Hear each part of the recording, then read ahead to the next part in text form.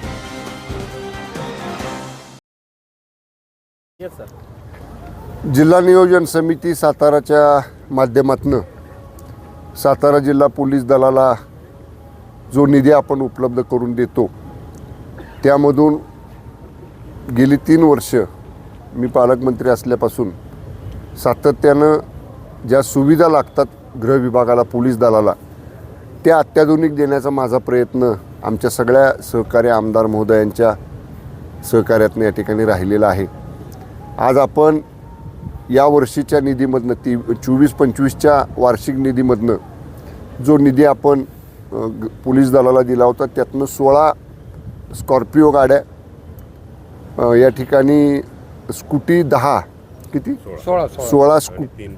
16 scooties आणि 3 मोठ्या luxury बस असतात तशा पोलीस व्हॅन्स, मोठ्या बस, अशा आपण या ठिकाणी आज पोलीस दलाला सुपूर्द केलेल्या आहेत। वाहनं तर ही आवश्यकता आहेच, कारण आपला जिल्हा बहुतांश भाग हा डोंगरी आहे, दुर्गम आहे आणि काही ठाणे प्रभारींना एक वाहन पुरेसं होत नाही, 2-2 वाहनं लागतात। आणि पिंक स्कूटी ज्या आहेत ते मी गृह विभागाचा राज्यमंत्री असताना जी महिलांच्या आणि मुलींच्या सुरक्षेसाठी ते दामिनी पथक या ठिकाणी आपण तयार केलं जिल्ह्यामध्ये।